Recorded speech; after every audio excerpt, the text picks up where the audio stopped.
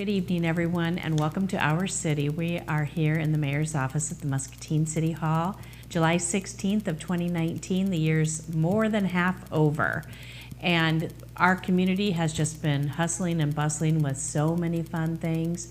You couldn't believe how many activities we had going on for the weekend. I don't think we could have squeezed another thing in.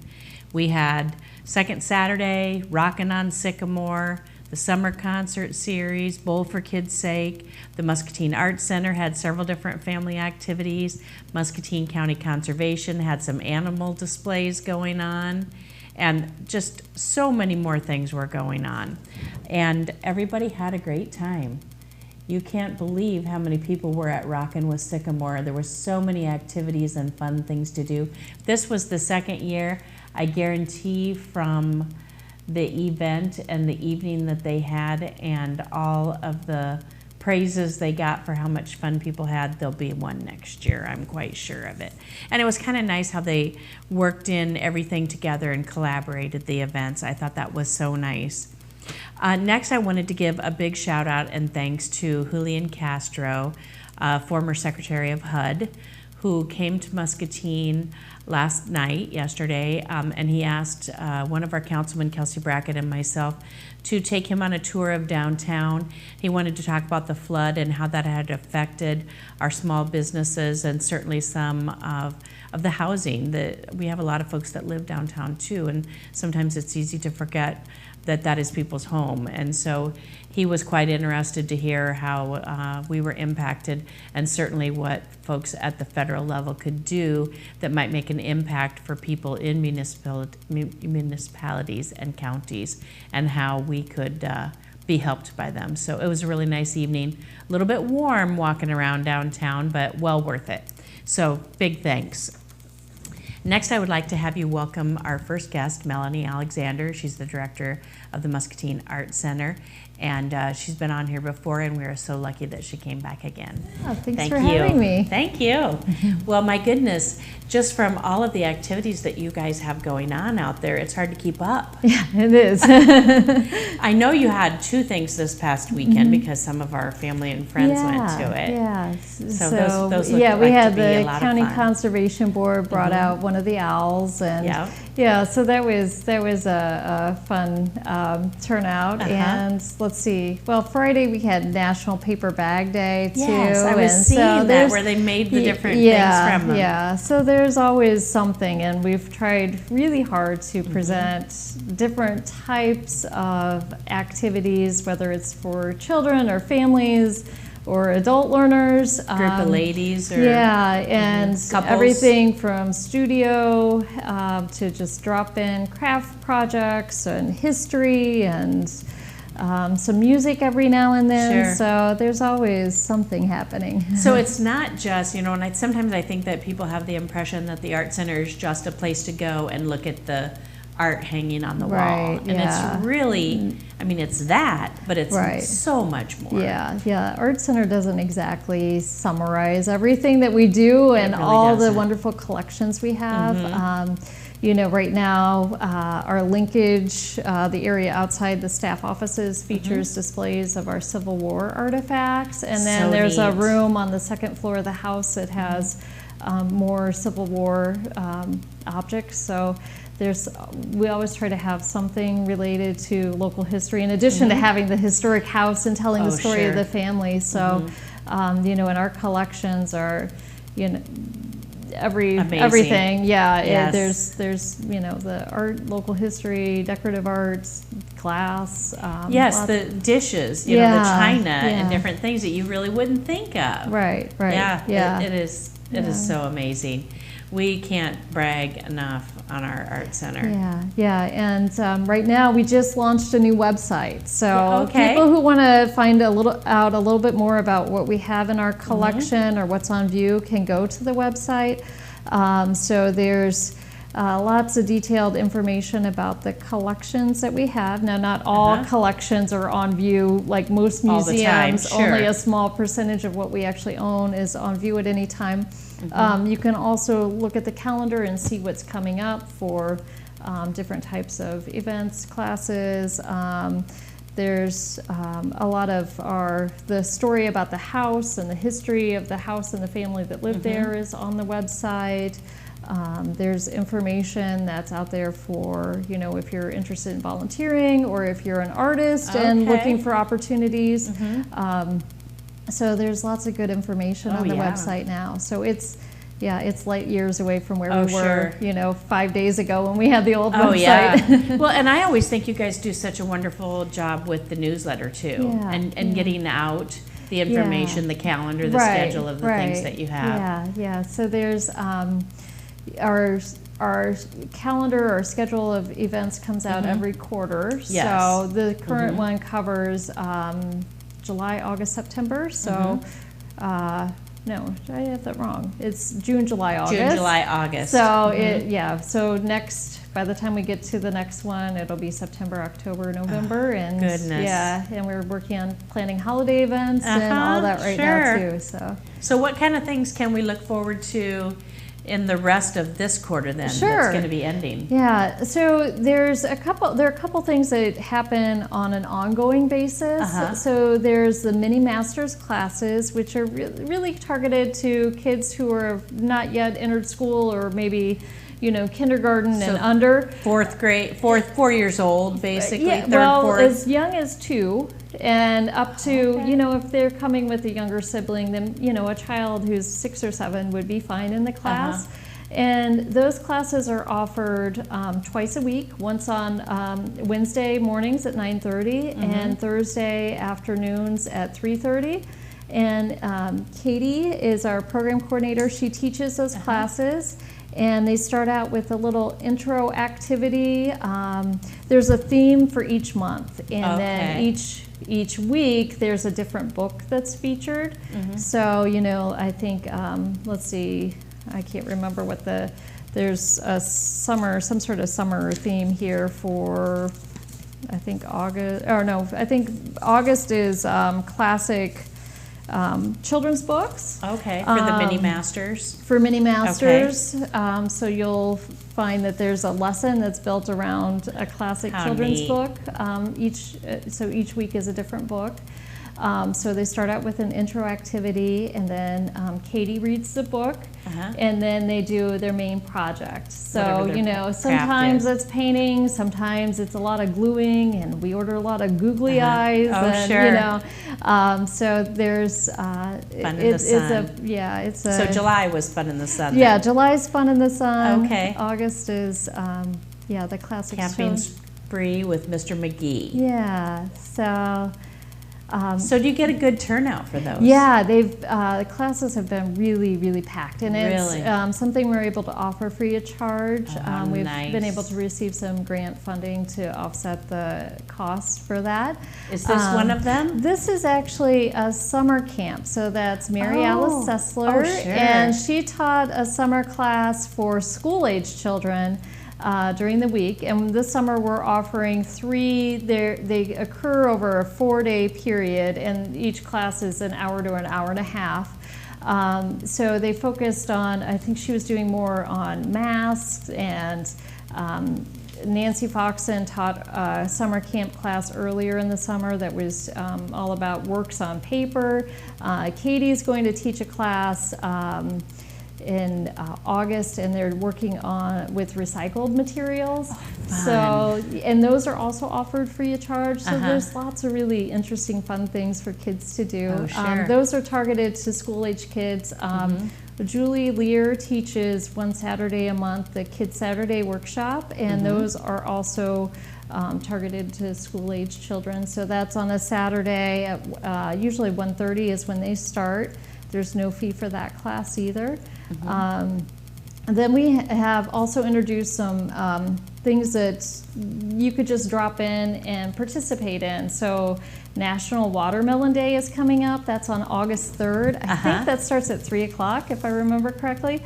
And so we'll have some watermelon. I believe it's coming from Taylor's Market. So you can have some watermelon and do a couple of crafts. With the watermelon? Watermelon themed. Yeah. Like draw something and right. Yeah. That's an example of a mini masters class there. But fun. So there'll be a project there.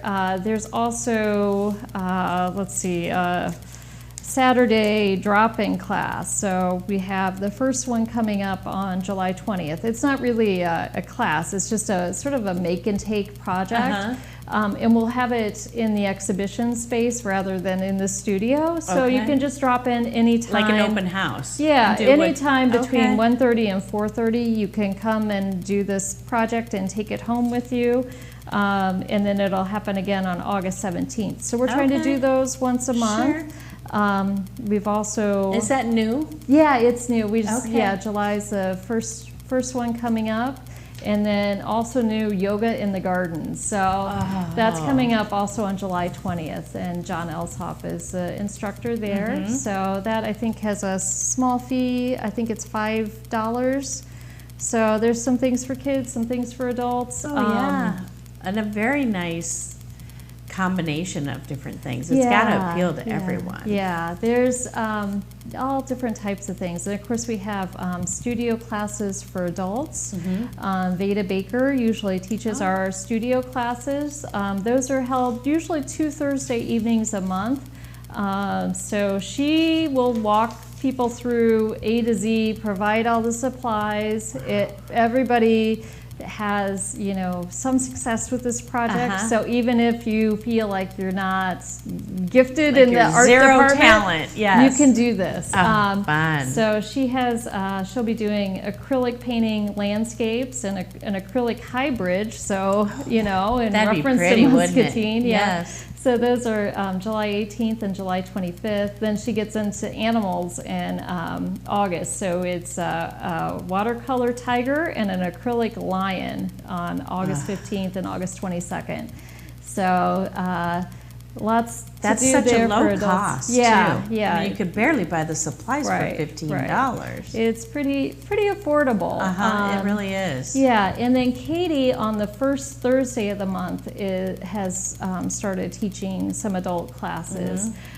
So she had one just last week on barn board signs, and those are really popular. I saw that on Facebook, barn board signs. That class sold out, and the fee for that class is $15 or $13.50 if you're a member of the Friends organization.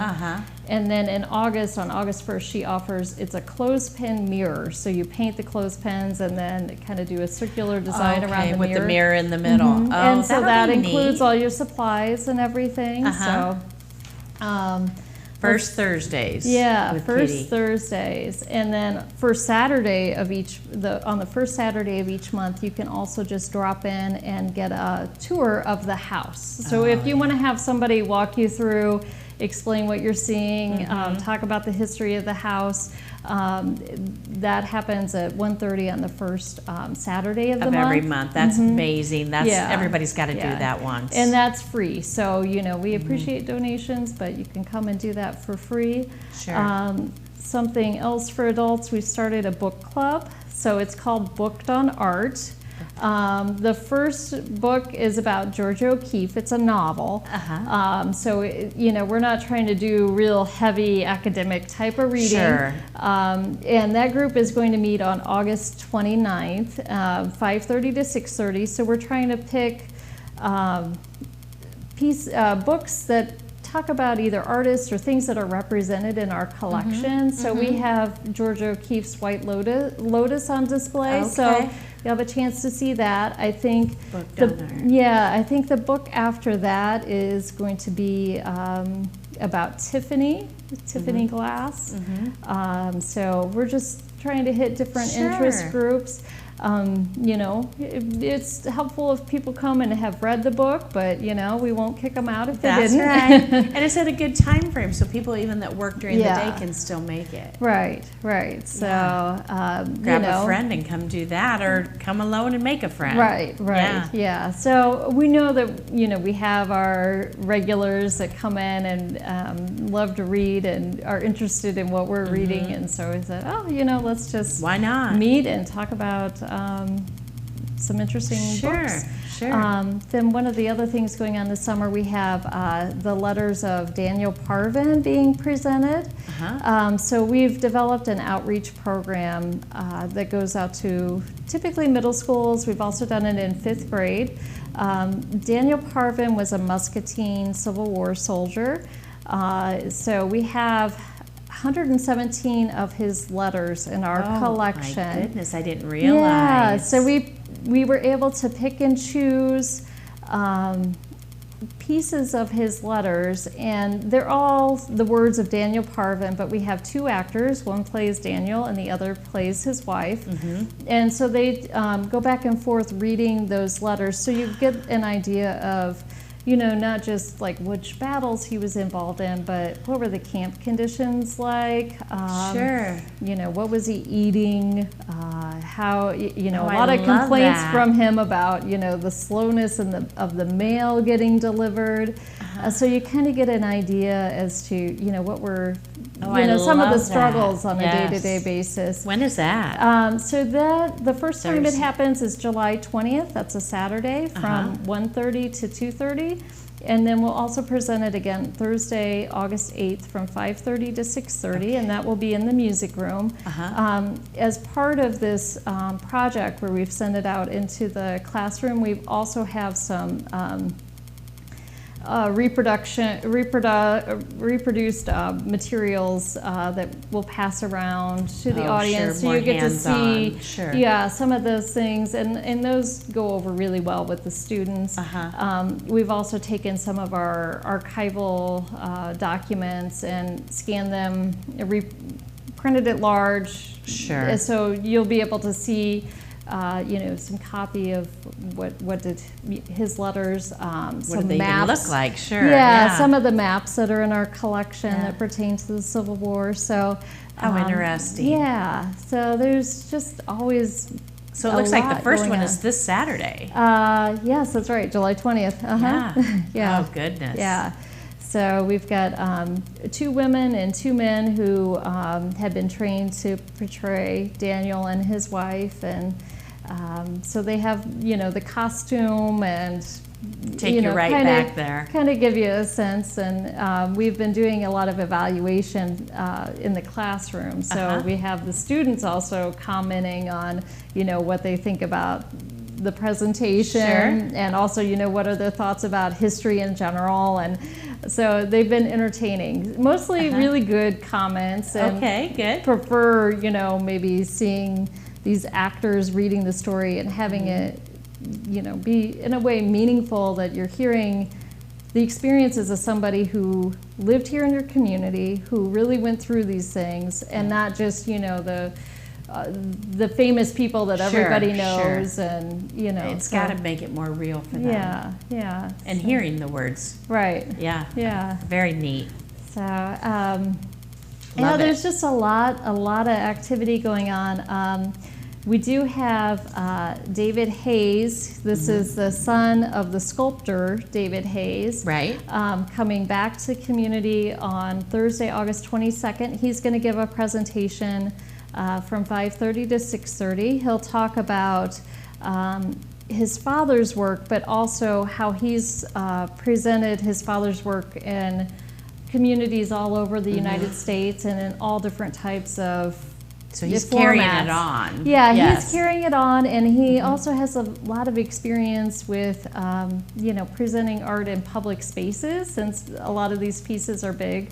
So Sure. right now you can see 4 sculptures, outdoor sculptures in the community. One is in front of Musser Public Library. There are 2 out at the Discovery Park. One's pretty close to the Environmental Learning Center, and the other is near the clearer pond. Yes. And then there's a piece between our parking lot and the Stanley Gallery at the Muscatine Art Center. Eventually we'll have one more piece, and then when that arrives, we'll have that on view at City Hall too. That'll be So great. yeah, those are all moving around. Oh, yes. Yeah. And then one of the last things of the summer, we have a pastel workshop with David Garrison. He is What's that going to be? He teaches how to use pastels, and they do it outdoors. It's a 2-day workshop, so it's sort of the basics of how to work with pastels. It's on Saturday, August 24th and Sunday, August 25th. from 10 to 4 both days.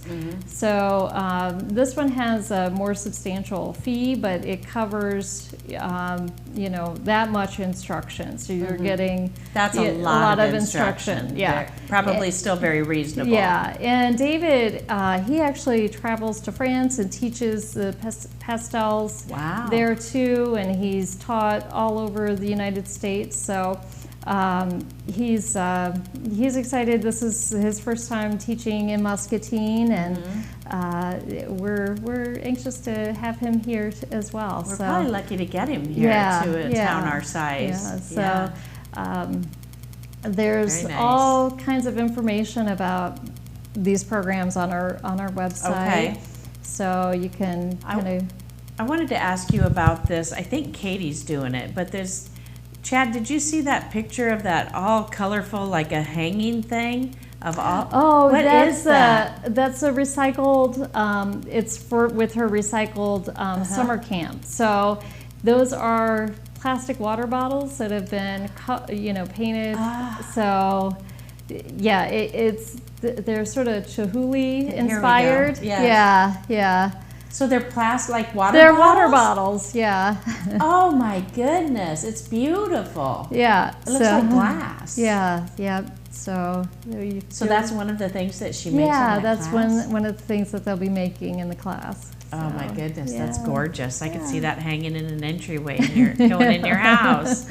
Looks great. So, well, you guys have just offered so many things to the community. Yeah, you're not going to get any rest this summer at all, are you? No, it's pretty busy, and we're working on the holiday season already. So we just sent out letters inviting artists and crafters to participate in our heartfelt and handmade ornament competition. So that opens in the middle of November, and we're always looking for people to donate an ornament for that. It has to be something they've made themselves. Sure. And then we have a panel of judges who are a jury, and then they actually award cash prizes for first, second, and third place. Wow. So yeah, You've been doing that for a few years, haven't you? This will be our third year. Third year. Yeah, and then we're getting ready to do the pop-up shop too, the artist pop-up shop, which will be in the middle of November through, I think, January 5th. So if somebody is an artist who actually has an inventory and they want to work with us to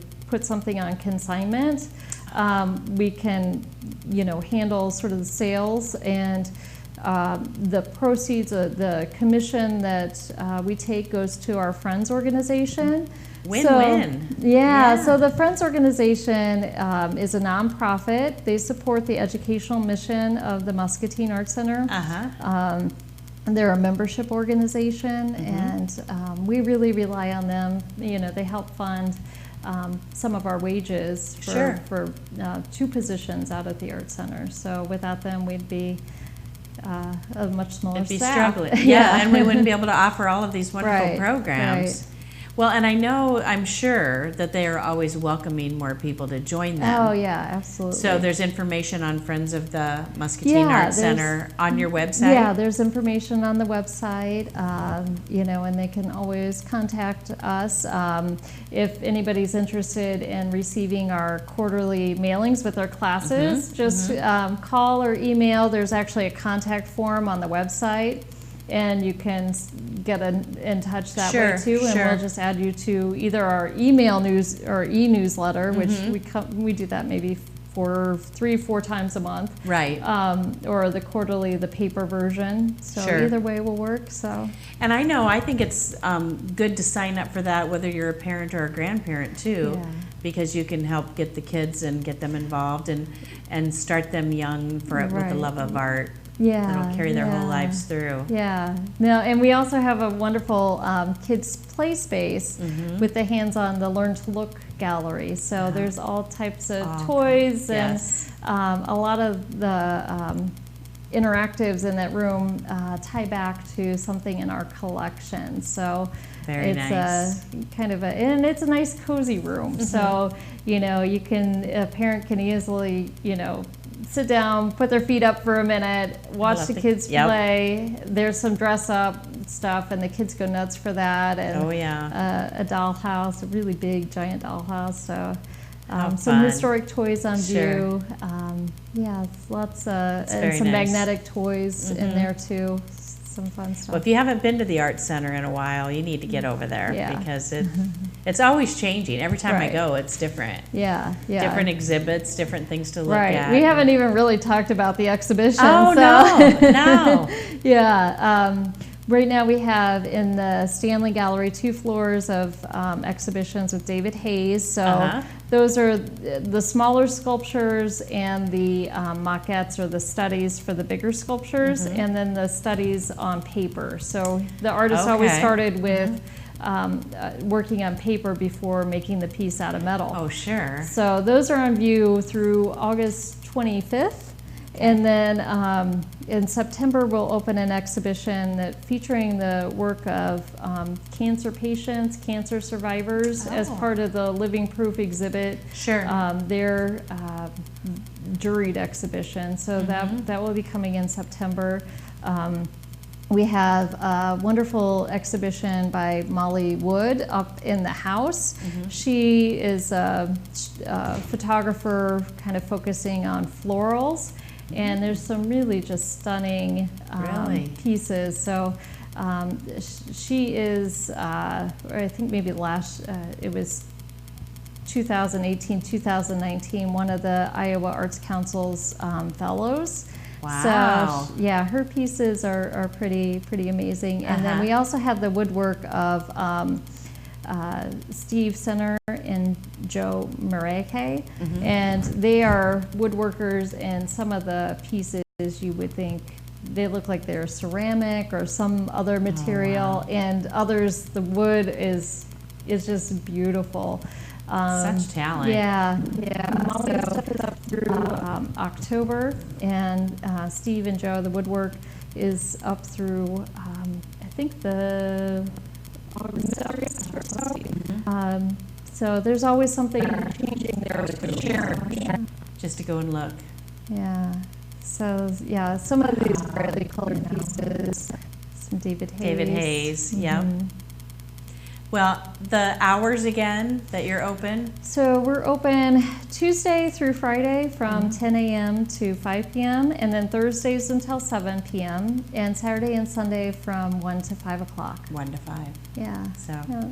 plenty of opportunity to get over there. And then there are a few programs that are happening on Saturdays outside of those hours, like the yoga starts at 10 o'clock, and the visit with the County Conservation Board, those are happening on a Saturday morning. They're bringing snakes, so snakes, and I think that's August 10th at 10 o'clock. Yes.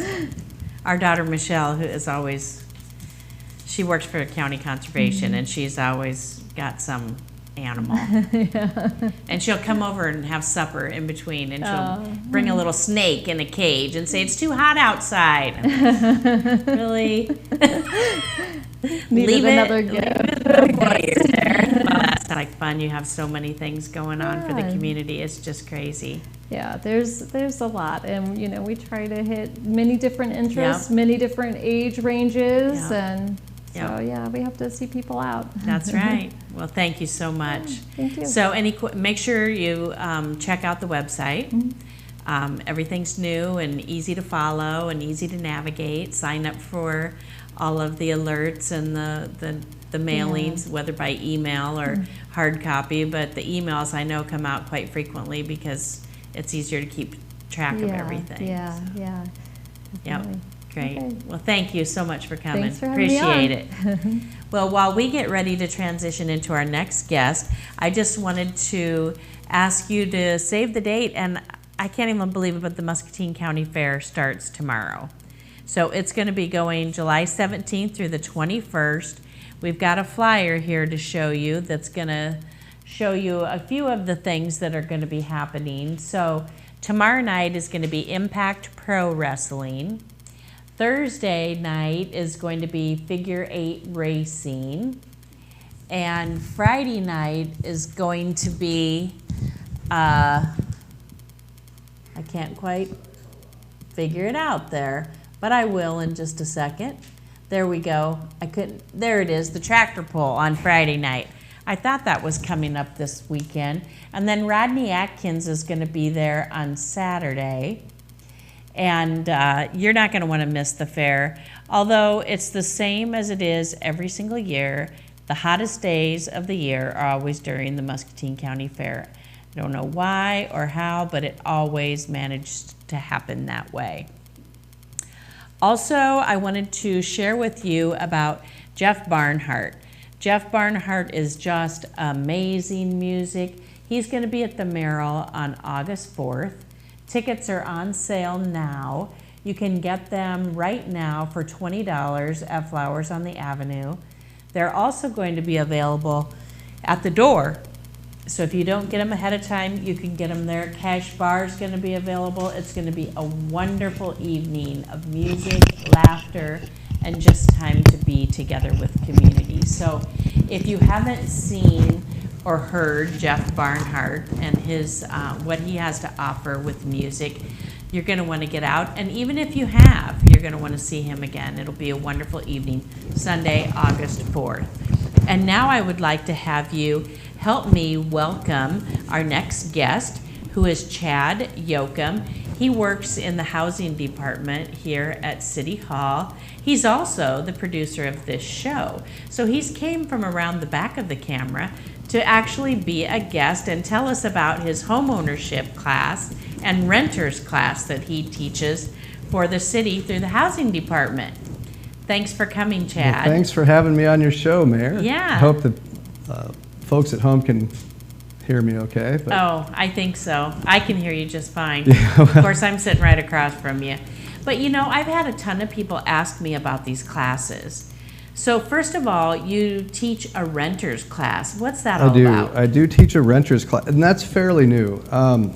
I guess we can just start with just a brief kind of a history of the homeownership program and what its goals are in Muscatine, how long it's been around. It started back around 2008, 2009. Then Housing Administrator Dickie Arrington had a lot of great ideas when he was here. One of them it was the homeownership program. There's a HUD grant from the federal government, the Housing and Urban Development. Sure. Back when the housing crisis in the late 2000s struck, they really wanted to invest in education of first-time buyers and how to slow or prevent future housing crashes like what happened. So they wanted to try to educate first-time buyers on how to be a responsible homeowner. And be more successful. Be more successful. It talks about some of the emphasis is put on the family or the household budget. Understanding a cash flow, realistically, what income do you have each month coming in versus what you have going out. And we start to explore the differences between debts and expenses. Like a debt would be a credit card debt. Right. Your home payment, possibly, that you are interested in would be a debt. Expenses are utilities and groceries. Sure. And sometimes just the basic, laying out how to plan a weekly budget or a monthly budget based on those things, it kind of opens a lot of people's eyes as far as where they're at financially and if they can even afford some of the costs involved with home ownership. And it might be something that people aren't accustomed to sitting down and trying to figure out, or even planning. Maybe they're not trained in that, and it's something you might think that everybody assumes, right? But they really don't, do they? Well, no, and sometimes people get this idea of just being a homeowner. Like, why would I want to rent? I just want to be a homeowner like this. And there is so much. That's the American dream, is to be a homeowner. Sure it is. But a lot of times, a first-time buyer, maybe younger, maybe just had gotten a job or had been in a job, they got a raise, been there for maybe a year and a half. Sure. And they may meet up with the wrong realtor or a wrong mortgage broker or lender that steers them into home ownership when they really didn't know what they were getting themselves into. They're told a number that they can borrow, or the lender says, hey, how much would you like to borrow? And maybe it's too much what, for their budget. What would you like to pay for a monthly payment? Sure. And you know, the first-time buyer may not know how to answer that question. Right. Oh yeah, I can afford $900 a month for my house payment, so where do I sign up? Sure. But not understanding what that $900 for your mortgage payment goes to, it can lead to a disaster. So the class kind of breaks that apart. What is PITI, principal, interest, taxes, and insurance? What is this fifth component, the mortgage insurance? What does that mean? Exactly. Sure. And so it kind of breaks apart all the fundamental and most commonly overlooked parts of homeownership that once the student realizes, hey, that's not hard, that's actually easy to understand, and it gives them more control over their entire home buying experience, because the more knowledge they have, the more control that they're going to have in that decision-making process. So you teach this homeowners class? Yes, the homeownership class has been started in 2009. Let me see, I'll cut to the graphic of the next class. And so this class, since 2009, the City of Muscatine's homeownership program has been a certified program, which means that there are certain criteria that I've had to meet and certain numbers and people that I would help, and the facilities have to be a certain way, and we have to have a lot of things in place to get certified. Okay. I have to have ongoing education, and over the years I've had about 10 one-week homeownership seminars. Wow. And they're pretty intense. I mean, they're often in the downtown areas of beautiful cities, like Seattle or Los Angeles, Atlanta.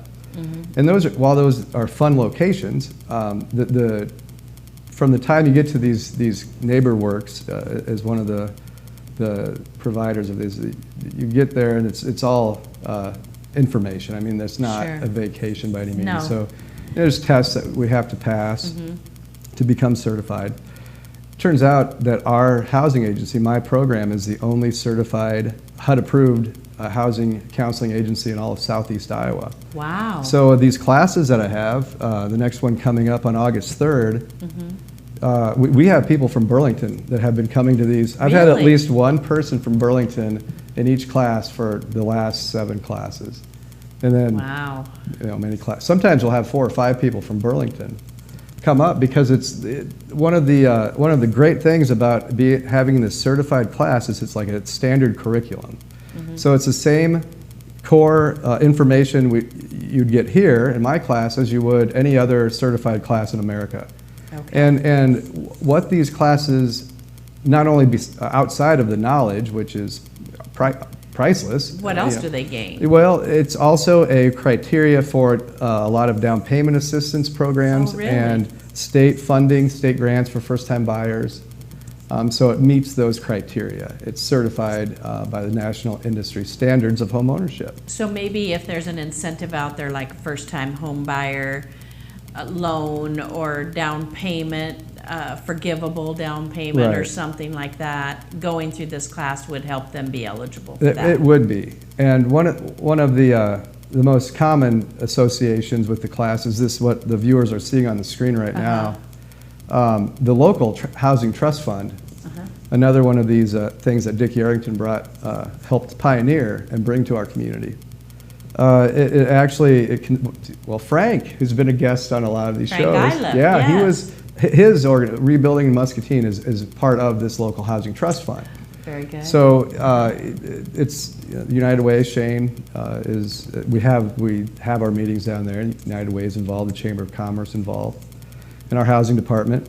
And what this money comes from the state of Iowa Housing Authority, and we kind of have teamed up. And again, this was Dick's idea. He created this. I don't know how he came up with all of these ideas. He could always find funding for these great ideas. He had a meeting with the Scott County.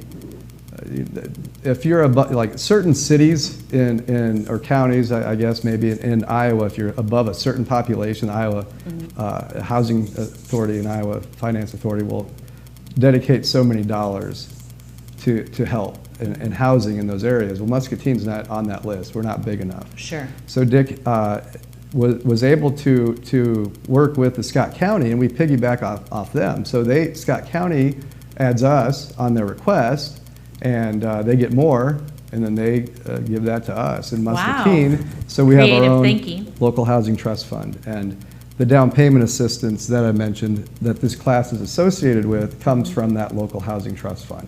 Nice. And it is, as many programs in home ownership and housing are, it's based on your income. And so eligible people to get the local housing trust fund down payment of either $500 or $1,000, you can see kind of the updated. So those they are the can limits. get $500 to $1,000 to help with their closing costs, Right. as long as their income is At or below those levels there. That was 80% of the median. published Okay. on June 1st. So as long as one person makes less than $61,520. That's the combined household. Well, so if Combined it's a household. one-person household, It would be that. yep. So let's say it's a which is family pretty of four. generous. It is pretty generous. That's Sure. based on 80% of the median income for Muscatine Okay. County Okay. for a homeowner. Uh-huh. So that's where that money comes from. There's plenty left. I mean, we have, the next class is I'm taking applications for that now. And they generally, I have a capacity for 15 students. And, you know, sometimes it fills up. So if anybody's interested, you can contact me in the housing department. Here and at pull up City my- Hall. Here at City Hall. Uh-huh. For now, let me see if I can get that number. And is the class you. free? There is no cost for the class, so it is Okay. 100% no cost to the students. And the only requirement is that they fill out an application. Sure. And that is, the application is somewhat lengthy, but that's kind of the only cost of admission. Okay. And then there's ongoing counseling. I've helped a lot of people after the class look over some of the cool, so it's a two-part class. It's a total of 8 hours, and it goes Okay, by so like, 4 it hours goes and by 4 like hours? fast. Yeah, 2 Saturdays in a row, Okay. 8 a.m. until noon on both of those Saturdays, and it goes by so fast. And one of the reasons is because the students are so interested in asking questions, and that we just, although we cover the same topics in each class is different. Each 8-hour class turns out to be completely, we go into different tangents and other areas of home ownership based on the questions. But one thing that we always do is talk about the documents that you get in the home buying process. Those are important. Oh. And how do you read them? What are they? Sure. What are these lenders and realtors giving you these documents? What do they mean? So we go through like the loan estimate that a lender will give you, and how to read it, and how you can use it to compare to other loan estimates. And It's very, even for educated people, it's a very daunting task to buy a house. Yes. And I mean, the amount of paperwork that you have to wade through and the decisions that you have to make, it can be quite. And that's why, that's why the more knowledge you have, the more in control of your situation you're going to be. You're going to be able to have more confidence to ask a question. And not be intimidated by the process. Understand that you have more than one choice to go for a lender. Sure. I don't know of any lenders in this town necessarily that would do this, but some lenders could become, sense, we need a sale, or it's been a slow month, and sense like a weaker-minded or not as informed buyer, and throw a balloon loan on them or some kind of other thing that they don't understand. Right. And they can't afford it. They experience bankruptcy or foreclosure. And that hurts us all. It hurts the whole community. Yes, and so we want everybody to be successful, because when one wins, we all win. The community gets stronger. That's right. So this is helping people. We've helped a lot of people. Make I have good had, choices. let's see if I can pull this up. How many you've had? Yeah, I have some stats somewhere. Uh-huh. It's just got to go back to there we go. All right. Well, I think. So this is the next class. All right. Okay. Technical difficulty. 8 hours. 8 hours. 2 4-hour segments on Sat. So that the next one's going to start August 8th. Correct. which is a Thursday. It's Saturday. Let me. The classes are on Saturdays. There we go. August so it'll be 3rd August, and 10th. August 3rd. Okay, I was going to say Yep. on my calendar, August 8th is not a Saturday. So August 3rd and the 10th. So they just need to sign up by contacting you at City Hall. Correct. Okay. And what does this pre-purchase mean? Well, that's what the class is considered. Oh, so so pre-purchase means Pre-purchase. before you purchase your home. Correct. Come to this class. Right. So does everybody that meets the financial criteria then able to get those stipends of money to try to help? The down payment assistance? Yes. Well, there are other criteria. The other criteria, you have to be a first-time home buyer. Okay. The home that you buy has to be in Muscatine County. Okay. Your income has to be below that limit based on your household size. And you have to complete the 8-hour course. Okay. The other requirement would be you can't have a signed purchase agreement before you fill out the application for our service. Okay.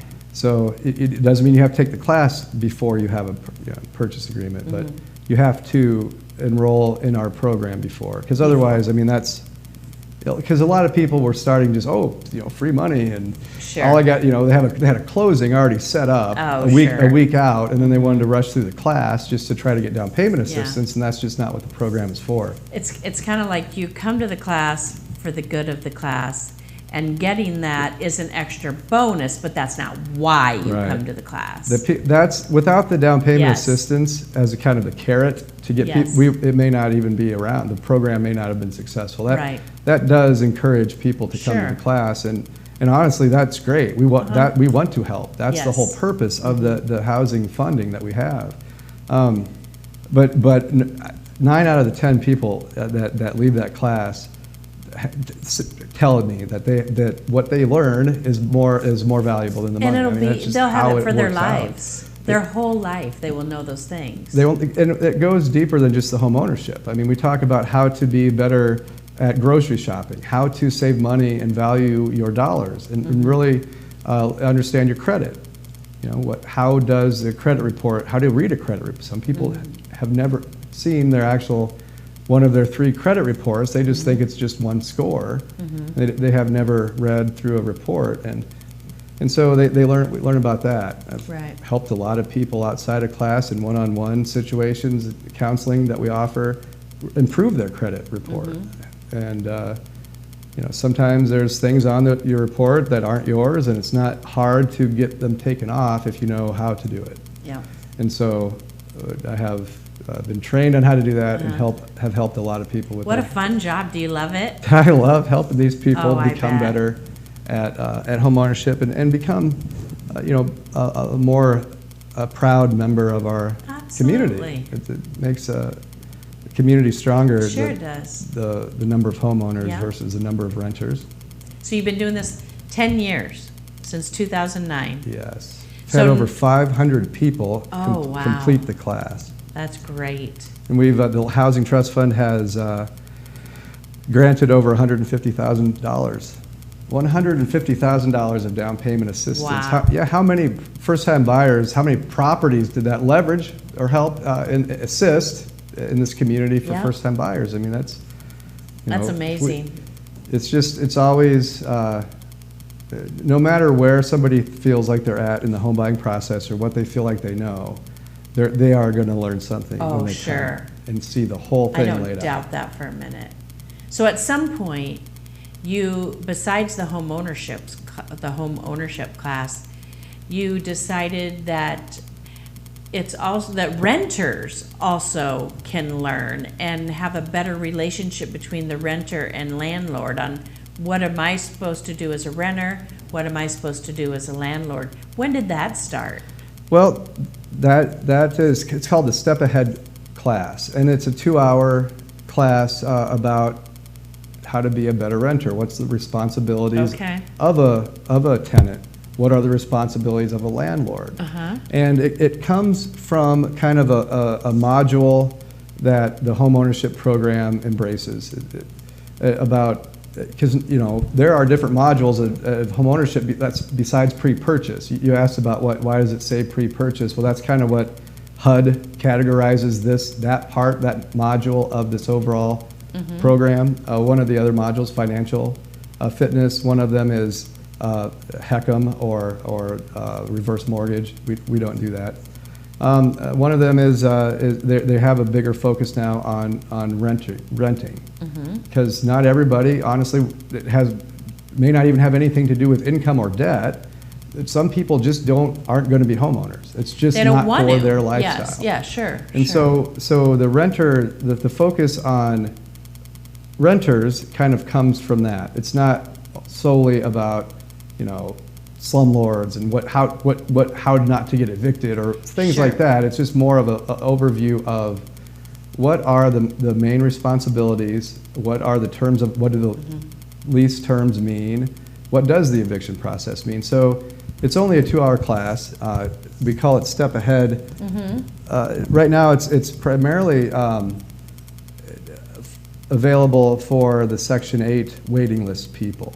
And how does that help them? Well, it helps them step ahead on the waiting list. Oh. So when their application comes in, it's dated, and they're put on the waiting list based on their date. But there's also other preferences, mainly this town that they're from. Like if they're from Muscatine or they work in Muscatine County, they get a higher preference than somebody who is from Chicago or lives in St. Louis.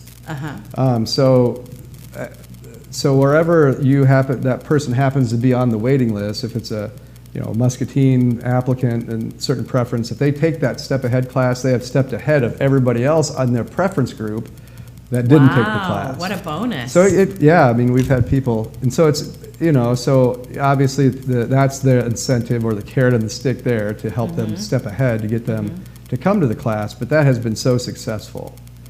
Again, it goes by so fast, those 2 hours, we talk about so much.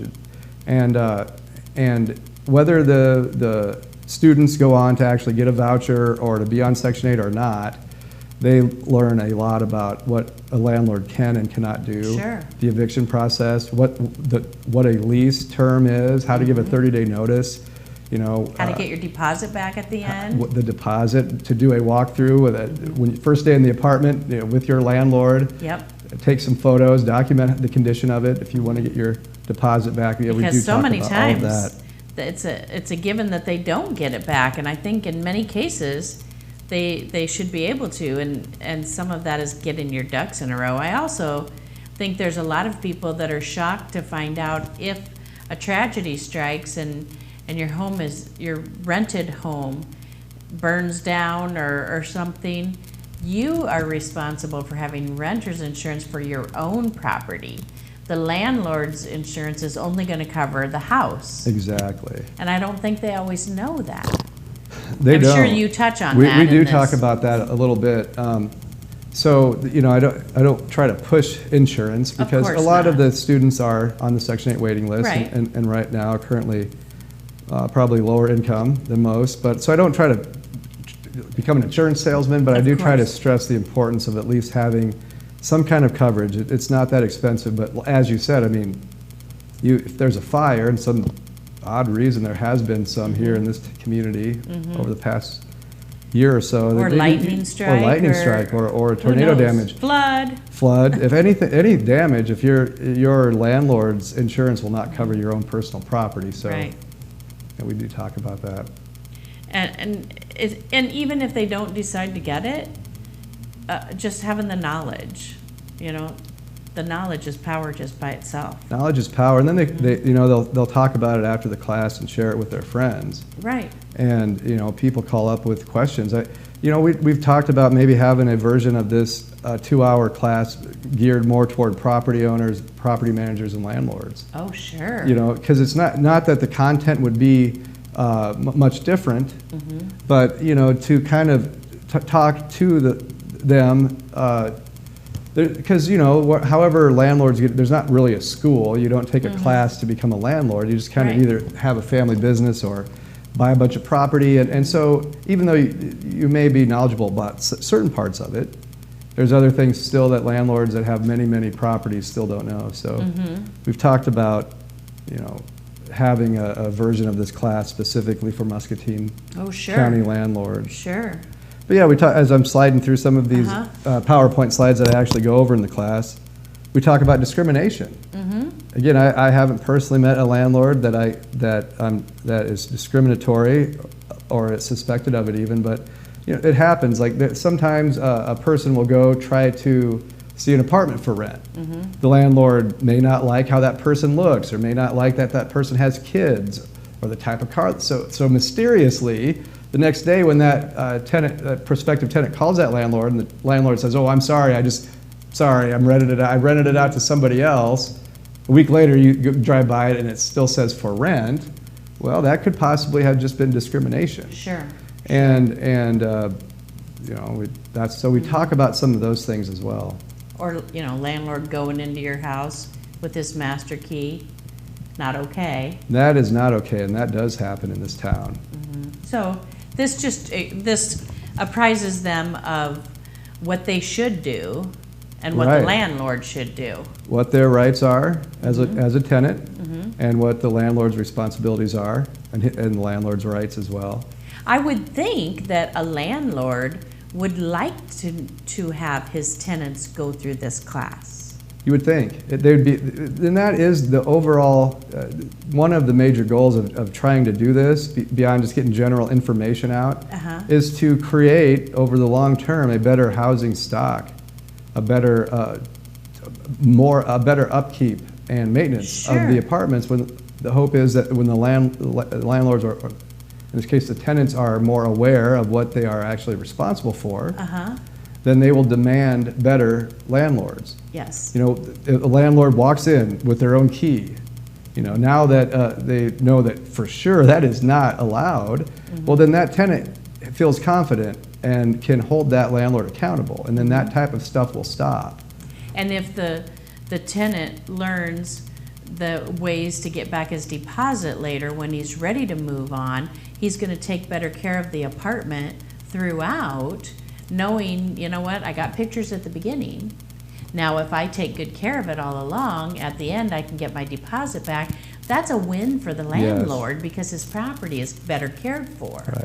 Right. You're right. That would be a win. Some landlords commingle their money, I'm sure, so that, in some cases don't want to plan not to give that back. But again, I always tell people, by law, the landlord is required to keep that money in a separate account, not commingled with his own money, because theoretically it's your money that he's holding for you. It's just a deposit, Yes. Security deposit. But but the law also says after you move out, the landlord has 30 days, only 30 days, to either refund your money or give you an itemized list as to what the deductions are. Yes. And if he doesn't give you back your stuff, you can take him to small claims court. You can, yeah. And if you win, the other person would have to pay the fees. So there's all these, and I'm sure your class explains all of this to everyone. Choice, knowledge. At least let them know that there's more information there's available. Sure. It's just 2 hours, but we do. So how often do you teach this class? This class I teach, and I'll cut to some more slides here as I talk. I do this class in the afternoons right now it's once every 2 months. Okay. And I do it at the library. Okay. In the big new conference room. Upstairs? At the 3rd floor. Nice. And how many people? Well, this class that I have coming up next Thursday, we actually have 48 people registered. Oh my goodness. 48 households. That's a lot. Yeah, and they may not all show up. Sure. I mean, I've had classes that have had registration of about 40 before, and 22 showed up or so. So they don't all show up, but the ones that do really benefit from it, whether they end up on Section 8 or not. And so some of the things that I am really excited about over the next few months is to incorporate this channel right here that viewers are watching us on right now. Incorporate some of the knowledge and interaction of real estate world in Muscatine and presented in a way to the viewers and to the trying to reach out to more people with some of this knowledge. I haven't advertised it a lot or marketed it a lot over the years, just basically to just a kind of a growing list of realtors that I email out these flyers to. Sure. I post up the flyers in different places, but haven't really, I think there's still a lot of people in our community that don't know that this class exists. Probably. And so I'm really going to start to focus a lot more time and use some of these other tools, media, to try to get the little packets of these information out there to more people. That's great. And I love it that this is not a class of blame, like the landlords are all bad, evil creatures, or the tenants are all just dirty bums, but rather it's a way for everybody to come together on the same page with the same knowledge. And this person just wants to rent his property and make an income from it. And this person just wants a place to live. Exactly. And so come together and let's just all work together for the good of the community. Yeah, and it's not that confusing. The rules, like the law for the rental law in Iowa, I mean, that it's not that long. I mean, no. I'm not claiming to be any attorney from a private college or anything, but I read through that and it's. I have too. It's very short. It's very short and it's to the point, and the class is presented in a way that makes it even easier to understand the basics of what the rules are. And once, as you mentioned, once the landlords and the tenants are on the same page, this is the established law of the land when it comes to, then things get better. People don't feel abused or taken advantage of, or Neither property side. damage. And they understand what an eviction is and what the landlord has to do to go through the eviction process. So it just gets a lot more clarity to the whole rental situation. And it's really quite a bonus that people that graduate from this course can get help if they need it to get on the Section 8 HUD housing list. Right, yeah, and it's not a requirement to be on the waiting list, it's just a step ahead. So everybody is welcome to apply. Our waiting list has been currently open for the last 4 years.